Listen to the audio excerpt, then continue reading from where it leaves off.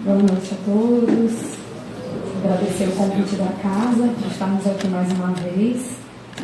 E esse tema nos faz pensar a respeito do quanto a doutrina é reconfortante, porque ela nos auxilia a enxergar a crise, os momentos de dificuldade, as tempestades, os conflitos individuais ou coletivos, as grandes transições, as mudanças políticas, econômicas e todas as dificuldades que nós observamos numa ótica macro ou numa ótica micro como oportunidade de crescimento.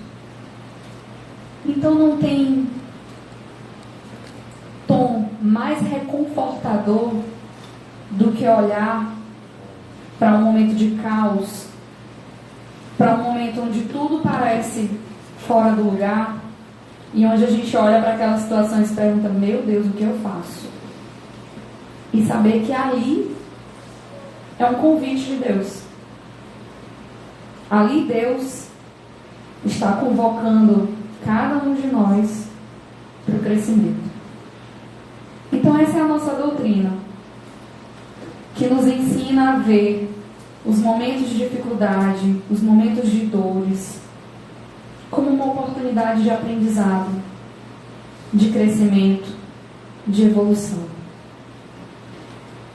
E esse tema nos faz justamente pensar a respeito tanto das nossas questões individuais, das crises individuais que passamos, dos momentos ou das provações que cruzam o nosso caminho e que nos coloca diante de tais situações a pensarmos, ao invés de por que eu estou passando por isso, pensarmos para que eu estou passando por isso.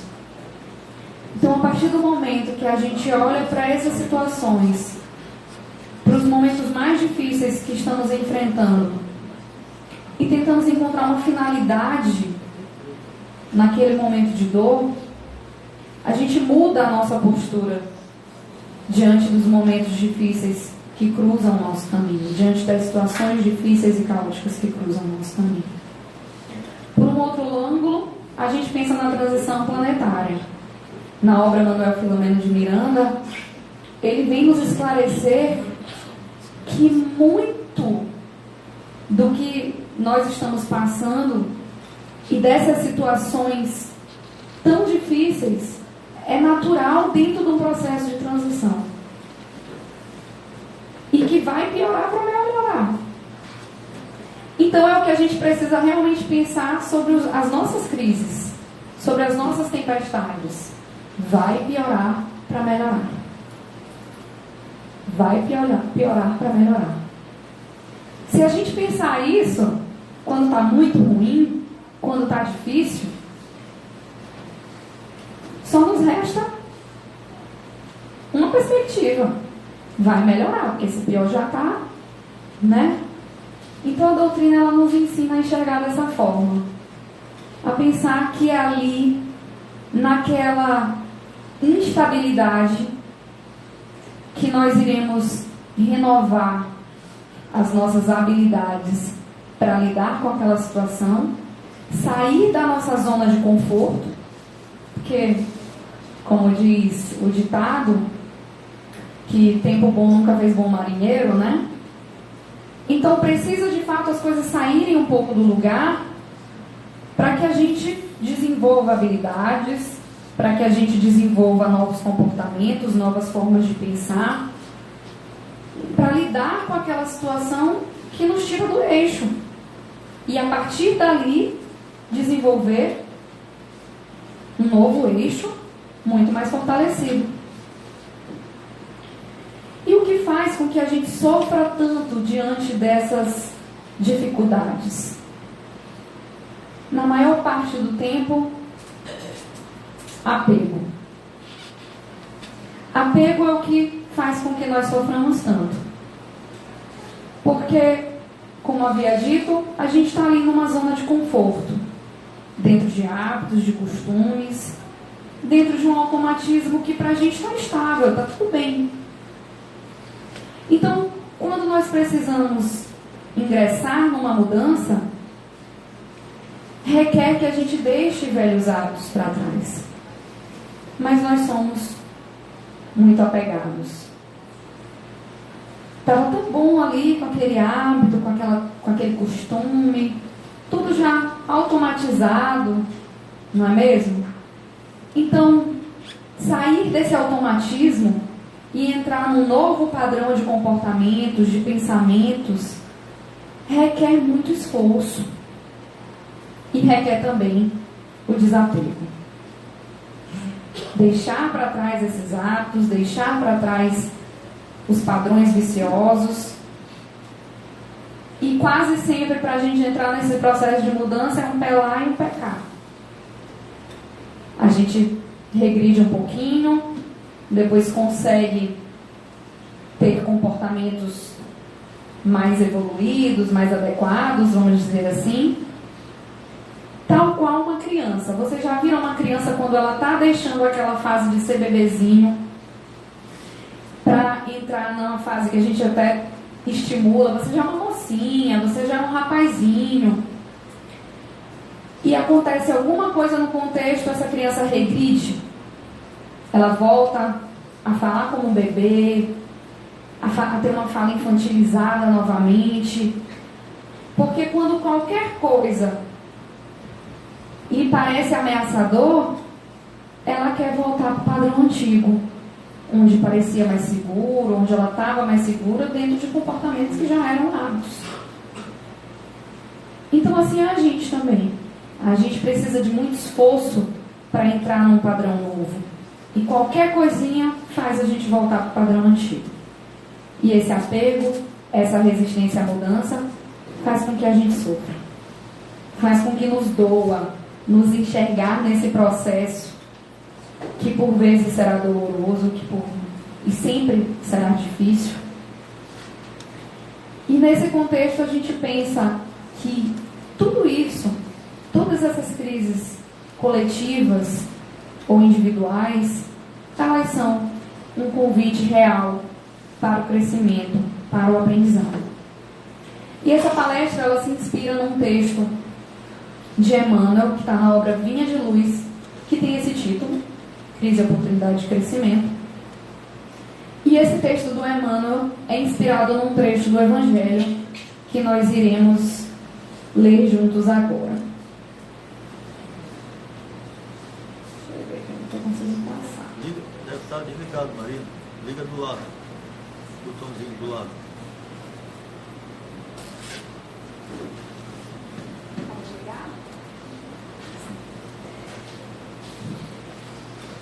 Essa passagem, ela se passa em momentos que antecedem bastante a hora da crucificação. Então é muito tempo antes da crucificação. E Jesus nos deixa essa mensagem de caráter psicopedagógico, vamos dizer assim. Jesus profetiza a sua morte na cruz. Agora a minha alma está perturbada. E que direi eu? Pai, salva-me desta hora, mas para isto vim a esta hora. Então Jesus pressente o momento que irá vir da crucificação e nos faz esse relato a respeito de um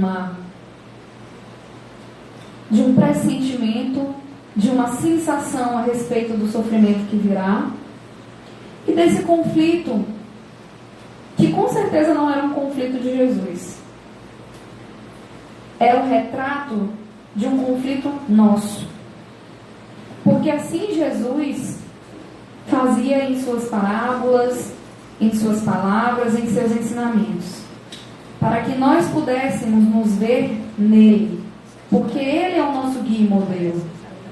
Então esse conflito de se perguntar Pai, salva-me desta hora, é um conflito nosso. Nós aqui diante das dificuldades tendenciamos a perguntar, a pedir: meu Deus, por que eu estou passando por isso? Me livra desse sofrimento, dessa dor. Nós é que tendenciamos a recuar diante das provações, diante das dificuldades que nos cercam. E Jesus responde da mesma maneira, para que cada um de nós possamos internalizar isso. Mas para isso vim a essa hora. E a primeira interpretação, a primeira reflexão que a gente tem que fazer realmente dessa passagem é da experiência de Jesus. Porque nós sabemos que Jesus veio a ter essa experiência terrena não por necessidade. Jesus, como Espírito puro, ele não precisava mais passar pela experiência material. Ele veio em caráter missionário para mudar o nosso contexto evolutivo, porque nós estávamos num processo de sofrimento, num processo de dor, num processo de dificuldades, uns para com os outros, nas nossas relações, olho por olho, dente por dente, dentro de um processo de muita vaidade, de muita soberba, de conflitos entre os povos. E Jesus vem naquele momento para tentar mudar o percurso da humanidade, para nos auxiliar nessa mudança de rota, nessa mudança de perspectiva, para sairmos dessa condição tão primitiva e adentrarmos a uma condição regeneradora. Esse é o convite de Jesus para cada um de nós, que saibamos redirecionar a nossa rota para uma rota de regeneração. Então Jesus não via necessidade de passar por uma experiência penosa na cruz. Ele, enquanto ser, dentro de um processo evolutivo, não tinha mais essa necessidade. Então a experiência de Jesus, ela é para cada um de nós, para que a gente se veja, para que a gente se enxergue, para que a gente tenha nele guia e modelo para as nossas ações, para os nossos sofrimentos, para as nossas dificuldades.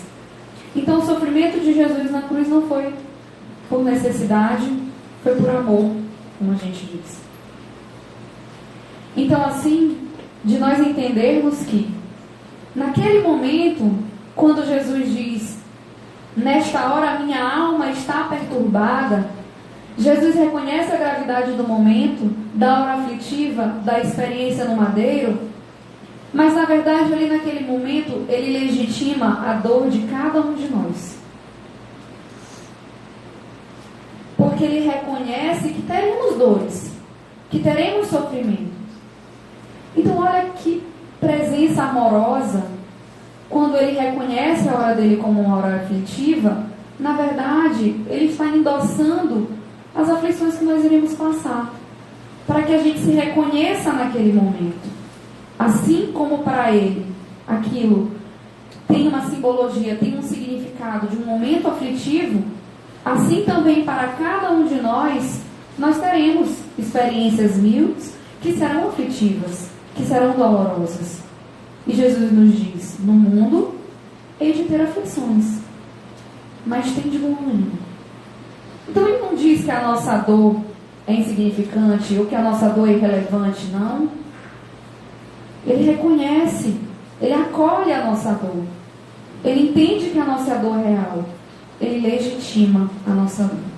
Então isso tem um viés pedagógico muito profundo, a partir do momento que Jesus se coloca naquela condição para que a gente se reconheça nele, a partir do momento que ele nos dá essa perspectiva de que sim, a dor de vocês é real, mas vem comigo, tem bom ânimo, e eu poderei auxiliar vocês a suportar todas essas dores.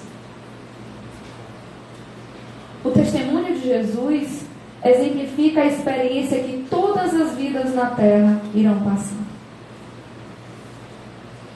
Porque afinal, nós temos que reconhecer a condição evolutiva de cada um de nós aqui. Nós estamos num mundo de provas e expiações. E é característica cabal desse tipo de ordem planetária a dor, o sofrimento, as vicissitudes materiais, as dificuldades, as penas. Então, Jesus exemplifica dessa forma para que a gente perceba, reconheça isso como algo natural dentro do processo evolutivo.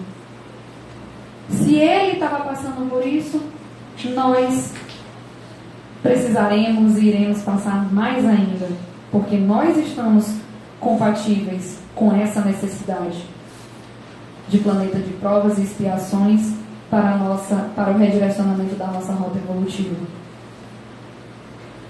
E assim, exemplificando, ele se submete na condição de filho fiel, em consonância com os desígnios da providência.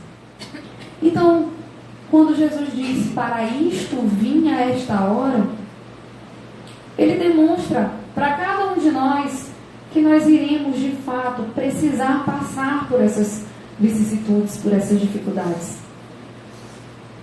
E demonstrando isso, é o momento em que a gente se pergunta, então, será se cabe a gente essa postura de questionar, meu Deus, por que eu estou passando por isso?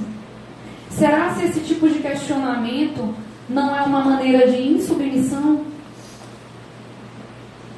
Porque essas são as leis. As leis nos colocam em condições de ação e reação, causa e consequência. E as dores, as dificuldades que passamos nessa condição evolutiva nada mais é do que fruto das nossas transgressões, da nossa maneira ainda resistente de aprender. Então Jesus nos convida a entrar em consonância com essas leis, porque os acontecimentos da vida são reflexo das forças que regem o universo, as soberanas leis divinas. Então, tudo que nos acontece tem uma razão para ser. E nos ensina a doutrina espírita que as dificuldades, as provações são necessárias, são resgates necessários ao nosso aprendizado, à nossa evolução. As leis são assim. São leis de evolução, são leis de ação e reação, que nos permite entrar em consonância com essas leis ou não. Então, cada vez que a gente se debate contra isso, que a gente reclama, a gente entra nessa resistência e a gente sofre muito mais em razão dessa nossa resistência. Então, é um convite também essa passagem a entrarmos em harmonia com essas leis, a compreendermos em cada provação, em cada dificuldade, uma oportunidade de crescimento, uma prova do amor de Deus, porque Ele nos dá infinitas chances de percorrermos essa trajetória material para aprendermos e evoluirmos.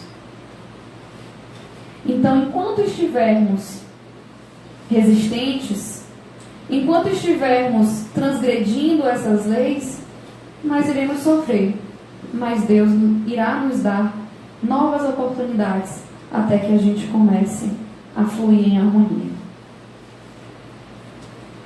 Ao mesmo tempo, essa passagem nos faz pensar a respeito da experiência humana, os desvios dos nossos comprometimentos. E aí a gente vai pensar justamente nessas leis. Primeiramente, pensar em algo que a doutrina espírita nos explica sobre planejamento reencarnatório. As dificuldades,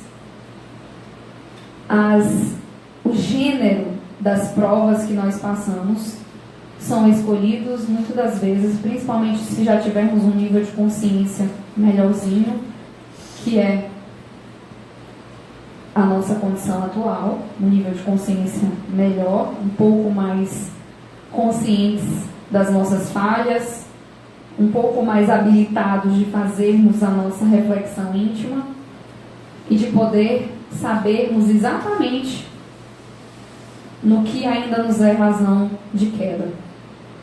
Então é por isso que na pergunta 258, Allan Kardec faz a seguinte pergunta: quando na erraticidade, antes de começar nova existência corporal, tem o espírito consciência e previsão do que lhe sucederá no curso da vida terrena? Resposta: ele próprio escolhe o gênero de provas que há de passar, e nisso consiste o seu livre-arbítrio. Então, meus amigos, nesse estado evolutivo, nós escolhemos cada dificuldadezinha, o gênero do tipo de prova, num contexto mais amplo, foi escolha nossa. E aí ele continua perguntando: não é Deus, então, quem impõe tribulações da vida como castigo? Kardec é muito perspicaz aí nessa pergunta, né? Justamente para a gente sair dessa ingenuidade de se colocar como vítima, né? Desses acontecimentos, né? De dizer que a gente atirou pedra na cruz. Pode até ter atirado, mas foi com base na sua reflexão e na sua escolha passar por essa nova prova, né? E não foi simplesmente um efeito compulsório. Então, nada ocorre sem a permissão de Deus, porquanto foi Deus quem estabeleceu todas as leis que regem o universo. Dando ao Espírito a liberdade de escolher, Deus lhe deixa a inteira responsabilidade de seus atos e das consequências que eles tiveram. Então, da mesma forma foi Deus quem estabeleceu essa lei de ação e reação, da mesma forma foi também Ele quem estabeleceu o livre-arbítrio, e que dentro de um processo evolutivo da lei de evolução, nos tornou capazes de escolher que tipo de prova seria necessário para o nosso aprendizado, para a nossa evolução. Dando ao Espírito a liberdade de escolher, Deus lhe deixa a inteira responsabilidade de seus atos e das consequências que eles tiveram. Vosso foi o desejo de a Ele vos expordes, por haverdes visto nisso um meio de progredirdes, e Deus o permitiu. Então, é o que acontece lá no período de erraticidade. A gente entra no verdadeiro processo de reflexão das nossas existências precedentes, reflete, pensa, entende quais são as questões que ainda estão sendo razões da sua queda, e escolhe provas que sejam no sentido de otimizar a sua evolução. Como o doente escolhe o remédio mais amargo porque sabe que ele vai lhe possibilitar uma cura, uma recuperação. E é por isso que, sob a condição de isentos dessas vestes materiais, nós temos uma consciência mais expandida, um grau de consciência mais maduro, e a gente consegue fazer a escolha de provações penosas. Porque é uma das perguntas do Livro dos Espíritos: mas pode o indivíduo escolher provações tão duras, tão penosas? Sim, porque o grau de consciência no plano espiritual é outro. E aí você entende o quanto é necessário passar por aquela dificuldade e o quanto aquilo vai otimizar o seu progresso, a sua evolução. Então a gente tem que se lembrar que no planejamento reencarnatório acontece a escolha consciente das provas. Com o véu da matéria, nós recuamos naquilo que nos comprometemos. Então o que acontece no mundo? Lá, com a consciência expandida, a gente faz uma escolha. Chega aqui, os gozos materiais, os prazeres, as ilusões materiais podem fazer com que a gente perca um pouquinho o foco. Um pouquinho só, né, gente? Imagina. E aí a gente acaba pedindo para se livrar desse sofrimento, dessa dor, dessa dificuldade. Porque, de fato, a matéria, ela cria essa ilusão, uma sedução, um convite convite para os prazeres. Poxa, é tão bom, né? É tão prazeroso. Algumas experiências são tão prazerosas, são tão gostosas. Então eu quero uma vida material boa, com bonança, com satisfações, com alegria, com prazeres. E pode acontecer que no meio disso tudo vem aquela aprovação que você pediu e você, opa, quero isso não. E aí é que acontece de que com essas ilusões, os gozos materiais, nós perdemos de vista os nossos compromissos. Nos distraímos de nossa finalidade existencial. Então o planejamento ele é feito para que não haja esse fluxo aleatório e espontâneo. Tem um plano, mas chega aqui, você resolve entrar de férias desse plano ou dessa dificuldade que você escolheu. E é por isso que vê bem lá na passagem, como é que Jesus disse: que direi eu nessa hora aflitiva? Pai, livra-me desta hora. Vê se não é a gente. Diante das dificuldades, quando elas surgem no nosso caminho, a gente tem um propósito. Olha só que contradição. Chacoalhar para nos lembrar que esse pedido foi nosso, que o compromisso de muitas das nossas dificuldades foi escolha nossa. Então, de termos realmente essa maturidade, de compreendermos que não estamos aqui a passeio, que não estamos aqui única e exclusivamente a lazer. Deus fez coisas maravilhosas, de fato. Mas precisa haver um engajamento de cada um de nós diante do processo evolutivo, diante da caminhada espiritual. Precisa que nós tenhamos a consciência de que a via material é apenas um caminho e que o objetivo maior e o compromisso maior de cada um de nós é a vida espiritual. Então, quando nós passamos por esses percursos materiais, que nós tenhamos a todo momento em nosso pensamento, em nossa consciência, o nosso objetivo principal. No meu ambiente de trabalho, eu posso ser engenheira, eu posso ser psicóloga, eu posso trabalhar com máquinas, mas que eu entenda que ali eu sou um cristão. Ali eu entenda que a aplicação dos meus princípios morais ensinados pelo Cristo deve ser o meu principal e primeiro comprometimento. Qualquer função que eu esteja fazendo, como filha, como mãe, comprando um pão, na minha profissão, antes de tudo, que eu tenha um compromisso moral e espiritual com qualquer prática ou com qualquer atividade que eu esteja fazendo nessa perspectiva material.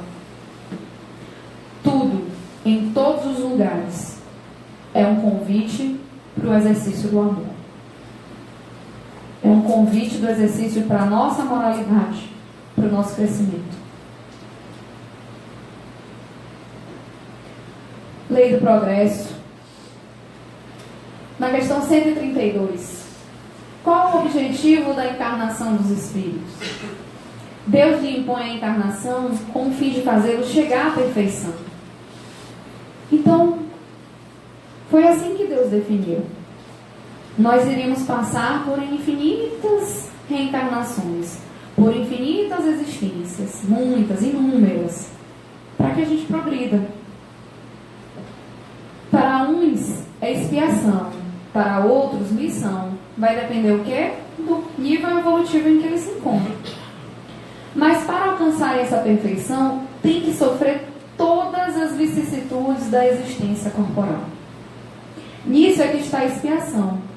Visa ainda outro fim, a encarnação, o de pôr o espírito em condições de suportar a parte que lhe toca na obra da criação.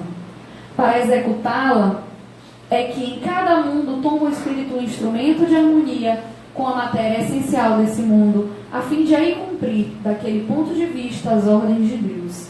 É assim que, concorrendo para a obra geral, ele próprio se adianta. Então, aí nessa questão, a gente vê duas perspectivas.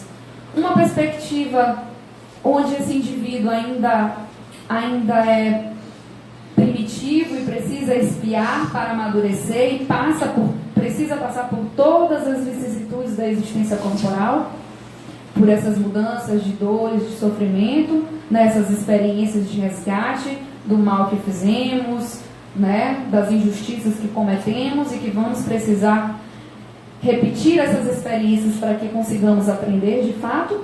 E uma segunda perspectiva, onde ainda pela via material, ainda pela encarnação, ele começa a se colocar uno com o Pai. Ele começa a se pôr como parte dessa obra da criação, né? E aí a gente pensa em quantos seres missionários que ainda passaram aqui pela Terra, que já passaram aqui pela Terra e ainda passarão, que em caráter missionário também sofreram. Como, por exemplo, Paulo passou por muitos sofrimentos, mas estava ali batalhando para encontrar a parte que lhe competia nessa obra. Então, assim somos nós. Em um momento iremos sofrer porque ainda precisamos nos depurar e muito nessa lógica da expiação, e depois ainda precisaremos passar por dificuldades nessa perspectiva de encontrar o nosso caminho nessa obra da criação, de sermos um com Deus, de galgarmos o nosso espaço dentro dessa sinfonia perfeita.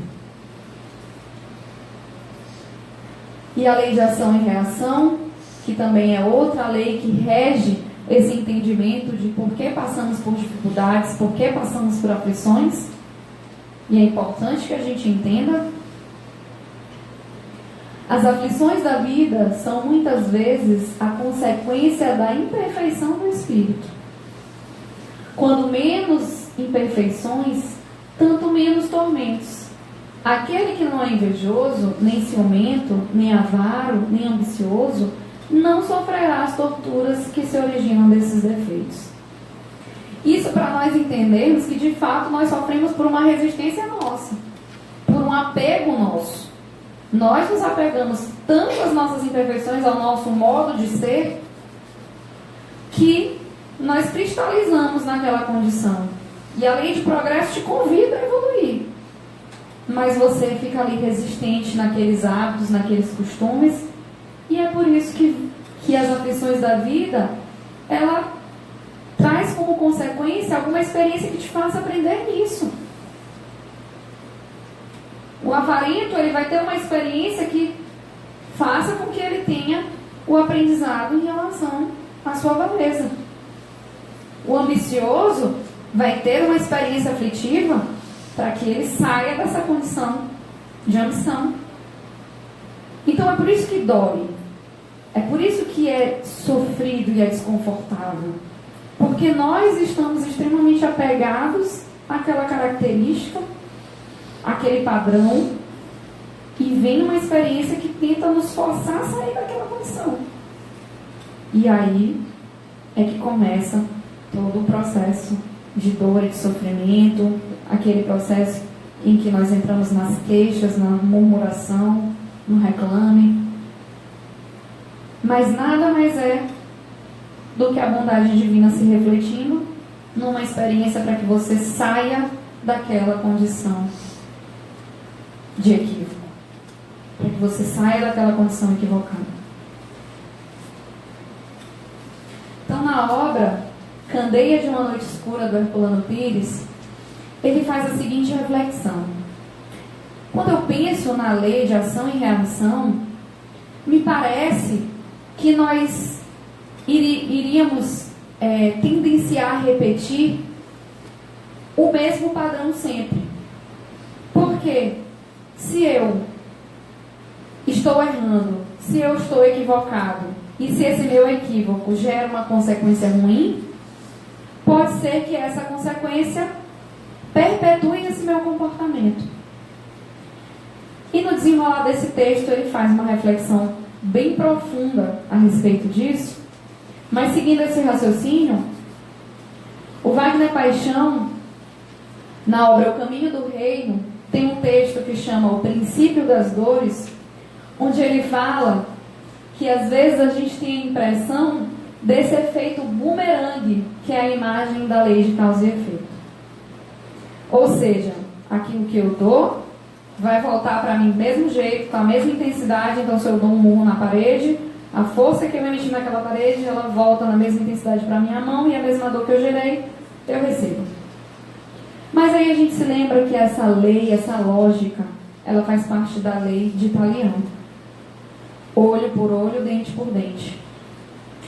E que dentro dessa perspectiva de olho por olho, dente por dente, eu vou fazer ao meu próximo exatamente aquilo que ele fizer a mim. Então eu entro naquele toma lá da cá. Ah, me tratou mal, eu vou tratar mal o outro também.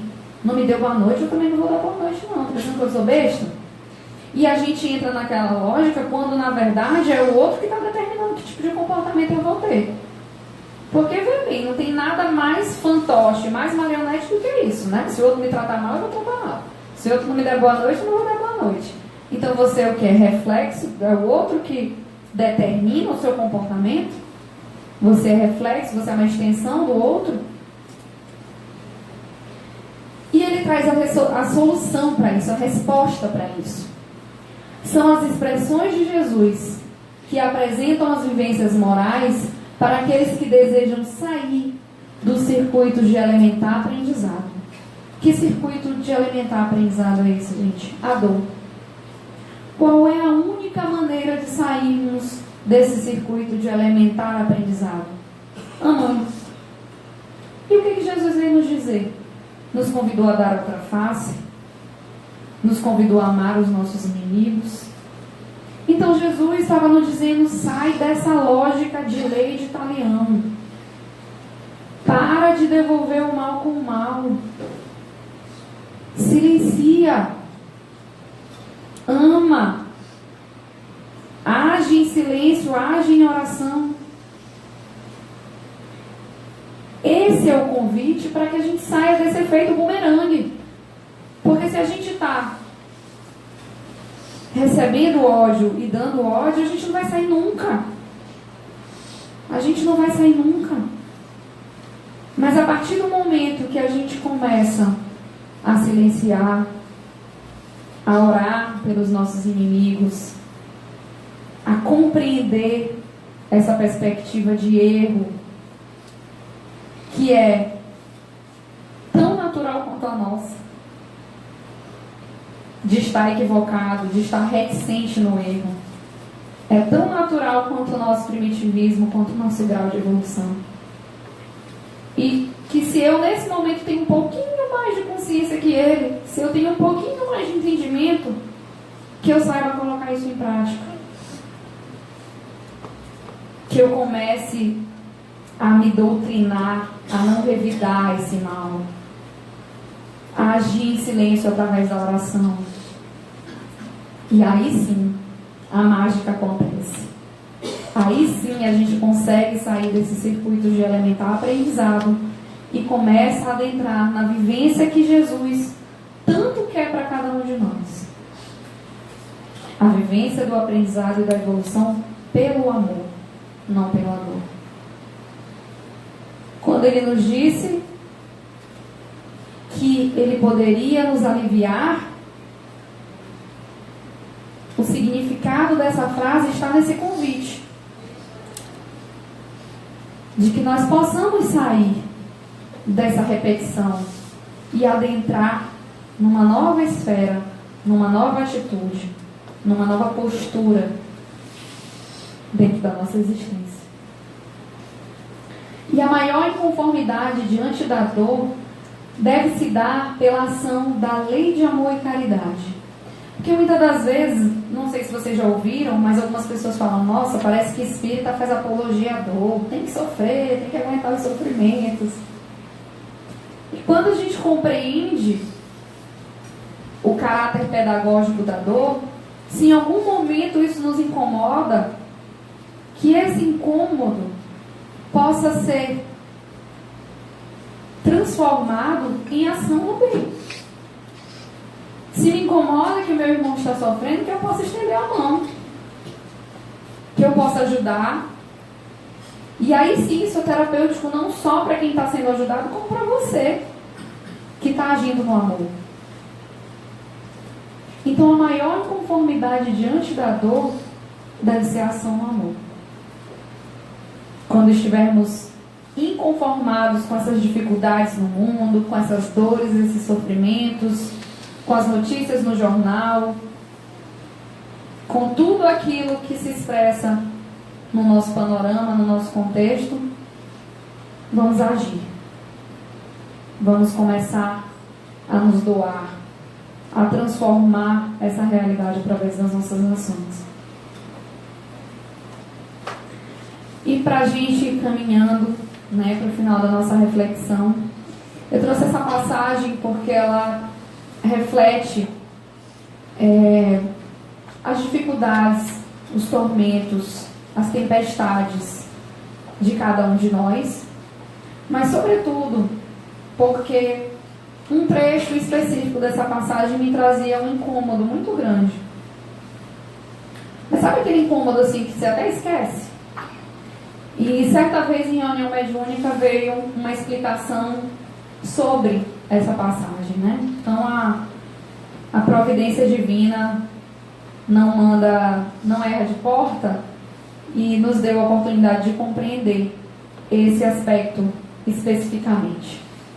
Na passagem onde Jesus acalma a tempestade. De repente, uma violenta tempestade abateu-se sobre o mar, de forma que as ondas inundavam o barco. Jesus, porém, dormia. Os discípulos foram acordados, clamando: Senhor, salva-nos, vamos morrer. Ele perguntou: por que vocês estão com tanto medo, homens de pequena fé? Então ele se levantou e repreendeu os ventos e o mar, e fez-se completa bonança.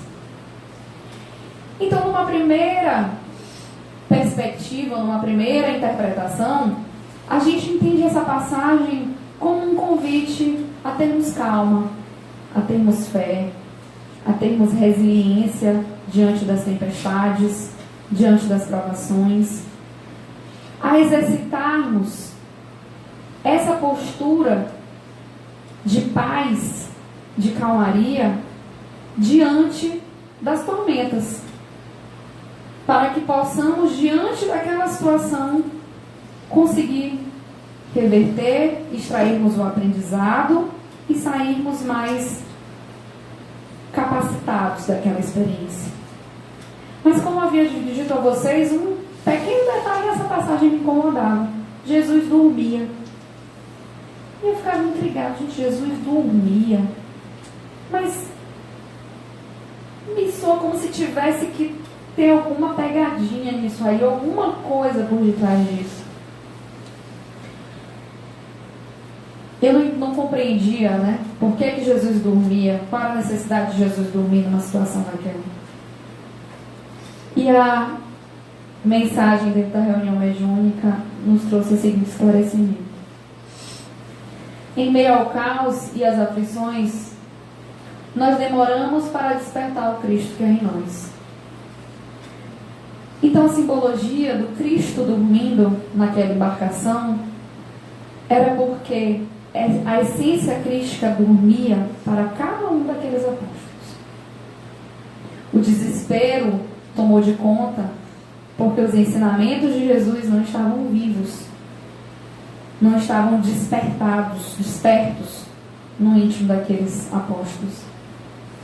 Então, em meio ao caos e às aflições, nós demoramos para despertar o Cristo que é em nós. A primeira postura da gente é se desesperar, é se atormentar, é fazer mais caos, A gente reage de uma forma que cria mais desespero ainda, mais tumulto ainda. O mestre nunca dorme. Nós é que o mantemos adormecido em nosso íntimo, os seus ensinamentos, a nossa vivência cristã. Jesus está sempre de braços abertos, em vigilância constante, Diz uma passagem do Antigo Testamento: aquele que te vela não dorme. Ele está em vigilância constante por cada um de nós. Nós é que somos invigilantes. Nós é que nos desconectamos de Jesus. Desperte a sua experiência com Jesus. Desperte-o no seu íntimo e na sua vida, para que toda e qualquer tempestade se transforme em calmaria. Então cabe a cada um de nós, diante de uma tempestade, ter a primeira atitude de buscar Jesus. Não nos desesperarmos, não fazermos ainda mais alvoroço diante de algo que já nos parece extremamente desafiador. Mas antes de qualquer coisa, nos aproximarmos de Jesus, chamarmos por Ele em nosso íntimo,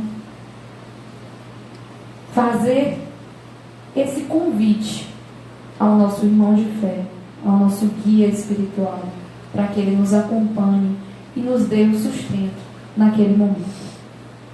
Nas palavras de Emmanuel, então: quando, pois, te encontrares em luta imensa, recorda que o Senhor te conduziu a semelhante posição de sacrifício, considerando a probabilidade de tua exaltação. E não te esqueças de que toda crise é fonte sublime de espírito renovador para os que sabem ter esperança. Tenhamos então esperança, tenhamos bom ânimo, que toda dor e sofrimento irá passar, e nos caberá a alegria e a boa ventura de estarmos com Jesus em nosso íntimo. Muito obrigada, meus irmãos.